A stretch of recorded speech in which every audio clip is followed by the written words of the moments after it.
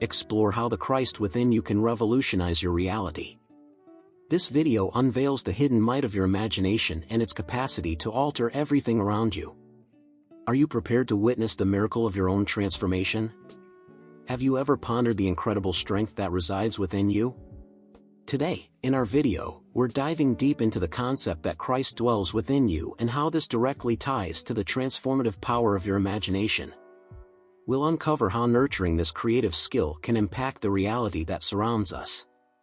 Get ready for a journey filled with discoveries and revelations, where we'll expose the boundless potential within each of us. Are you ready to unravel the enigma of Christ within you and the transformative power it entails? Don't miss this video, it promises to be a dynamic and enriching journey from start to finish. Now, I encourage you to comment below. I am the living embodiment of Christ's transformative power shaping every aspect of my reality. The I am not only fosters internal dialogues but is the driving force behind our manifestation and existence in this world. Reflect deeply to gauge the strength of your faith. Ask yourself, do you feel the presence of Jesus Christ within you? True faith is solidified when it becomes an experience. By feeling Christ's presence within you and witnessing His influence through experience, faith is cemented. However, it's crucial first to understand who Christ is, where He dwells, and His true essence. It's not about affirming a human tradition as something external, but experiencing the Christ that lives within you. You might have recently heard about the canonization of 40 saints by the Catholic Church. For centuries, countless individuals have prayed to Saint Christopher for protection on their journeys, wondering how many medals and statues of Saint Christopher were purchased seeking safeguard in battles or travels. The faith placed in him as the patron saint of travelers led many to believe in his intercession. Similarly, Saint Barbara was associated with Saint Barbara, now deemed fictional, yet intriguingly linked to the recent rupture of an oil pipeline. By studying the scriptures meticulously and not merely following the crowd, you'll realize there are no intermediaries between you and God. No clergy, saint, pastor, spiritual teacher, or supposed mediator can stand between you and God. The Christ within you is the promise of glory. It's essential to self-assess to confirm if you maintain that faith. Test it, it dwells within your being. If so, put it to the test. He is your creative force, your ability to conceive anything, whether good, bad, or neutral. The 14th chapter of the book of John begins with the phrase, "Let not your heart be troubled." This statement is echoed in various ways by the spiritual master. Acknowledge Christ within you, for He is the one who dispels fear. He encourages you to awaken, to be fearless, to not be distressed. A tyrant cannot exist without fear. He needs to terrify us before he can subdue us. By intimidating millions, and you fear you're next, he maintains his power.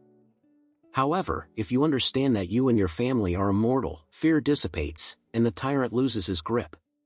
Tyranny thrives in a world filled with fear. The awakening of imagination initiates the chapter. The 14th chapter of the book of John opens with John stating, "Let not your heart be troubled, believe in God, believe also in me. In my Father's house are many mansions, if it were not so, I would have told you. I go to prepare a place for you. And if I go and prepare a place for you, I will come again and receive you unto myself, that where I am, there ye may be also. Ye know the place and the way to get there." Let's start by understanding this verse at a basic level before delving deeper. In my Father's house are many mansions. The term translated as mansions suggests dwelling in a specific place, a state, a relationship, or an expectation. There are infinite states from which you can experience the world.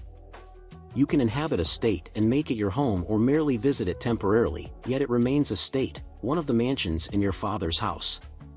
Choose the mansion in your Father's house where you wish to live. Assume you are already there, feel the reality of that state around you, and you will inhabit it. Your dream will materialize, but you must stay in it. When you leave this meeting tonight, you expect to return to the place you left to come here. At this moment, this place is solid and real, while your home is merely an image in your mind. So, what is a home? It is the state to which your thoughts most frequently return. Are you focusing your thoughts on the state you desire, or is your dream merely a fleeting illusion, a whimsy you experience for a moment and then leave behind?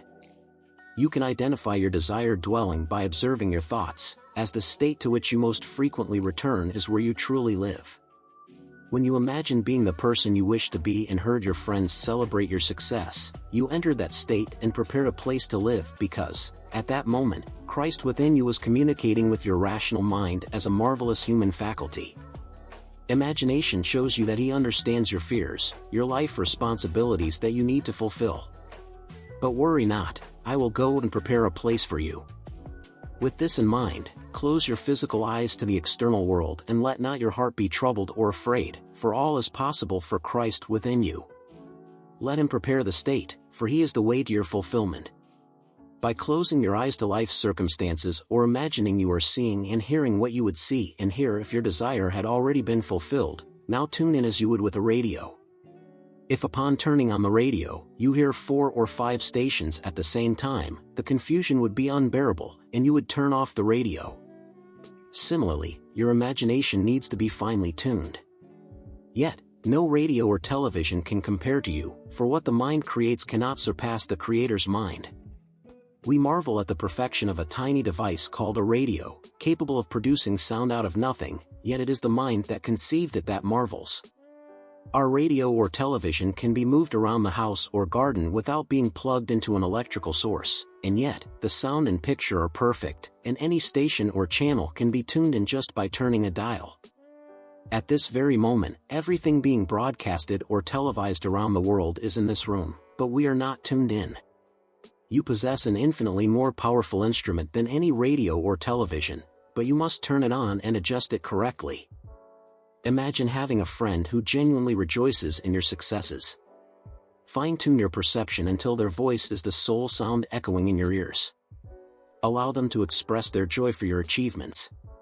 Listen intently until their voice becomes clear, and you can distinctly make out the phrase you've assigned to them. Trust in the authenticity of this experience. If you prefer, adopt this principle as a life guide instead of merely accepting Christian faith as a substitute for living it. Picture the stir it would cause in the Vatican tonight if courts decided to remove 40 of their saints from the Catholic congregation. I would expect my Protestant brethren to find this sufficiently intriguing to discuss. I recall, about 20 years ago, when my wife and I visited a Catholic family. Back then, my wife remarked to me, "They are devout Catholics, but they know nothing about you, only that you are Protestant and, in their eyes, not saved." After a delightful dinner, we relaxed by the pool watching their 3 children swim. Each wore a St. Christopher medal around their neck. One had left seminary in his 3rd year to join the army, returning deaf. Another came back missing a leg, and the third, an arm. They confided in me their belief that without that medal, they would have lost their lives. I wonder what that family would think upon learning St. Christopher never truly existed.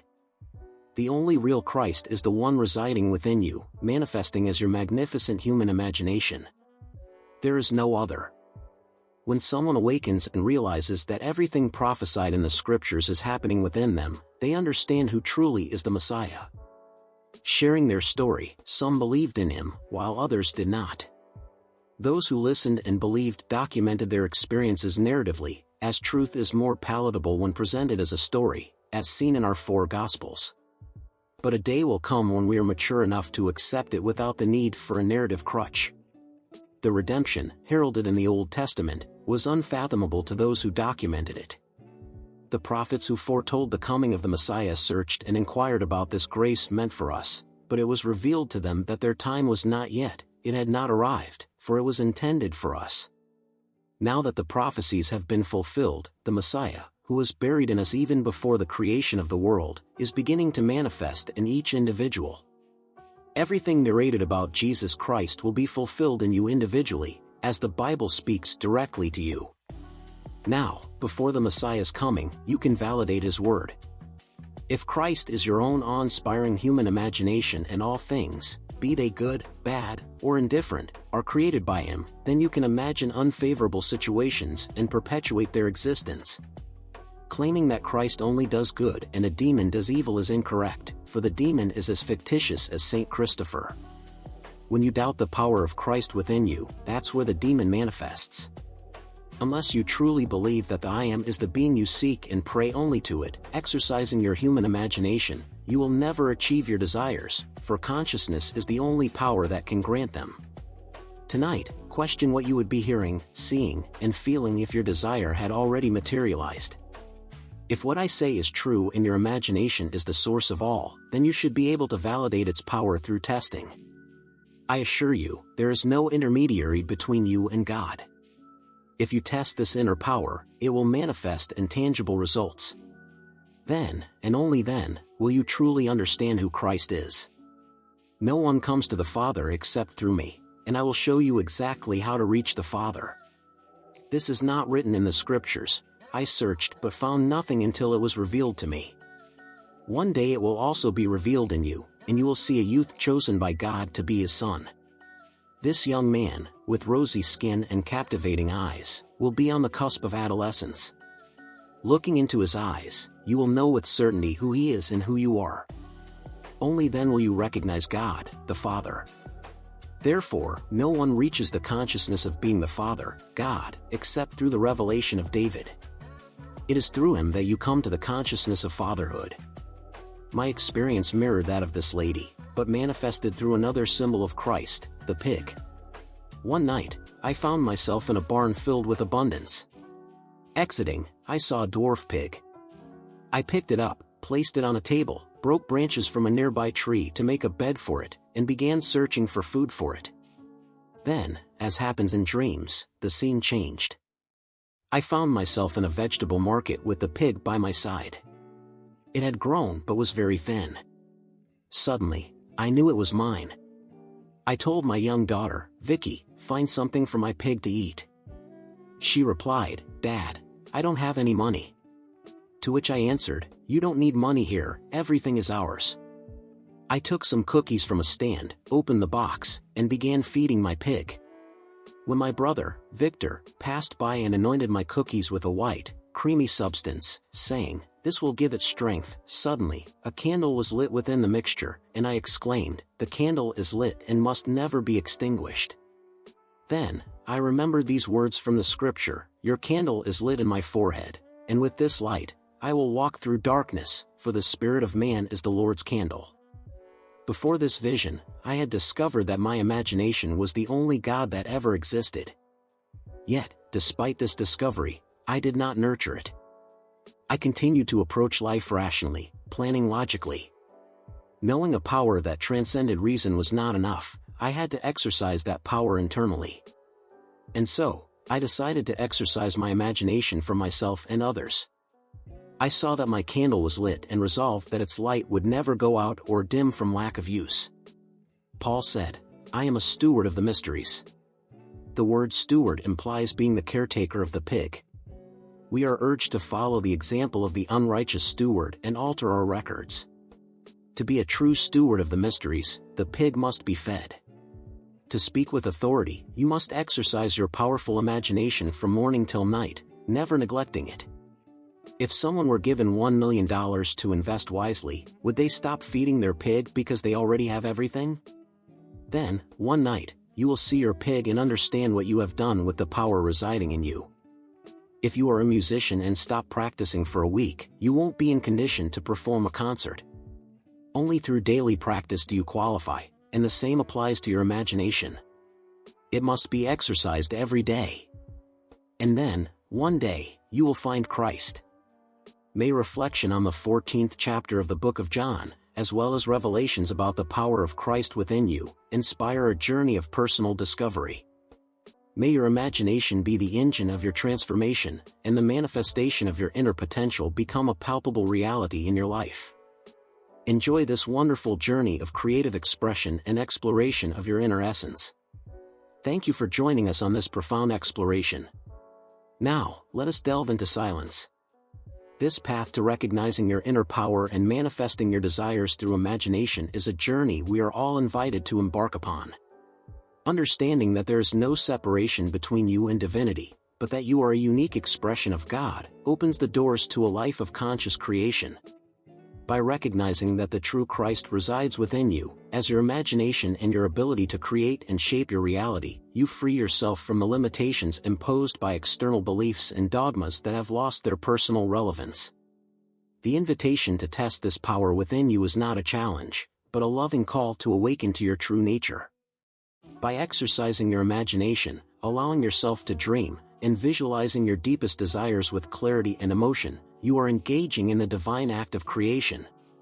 Each manifestation, each reality you experience, is a reflection of what you have conceived internally. Therefore, mastering your imagination and consciously aligning with your highest desires is not just an act of personal power, but also an act of deep faith in the divinity within you.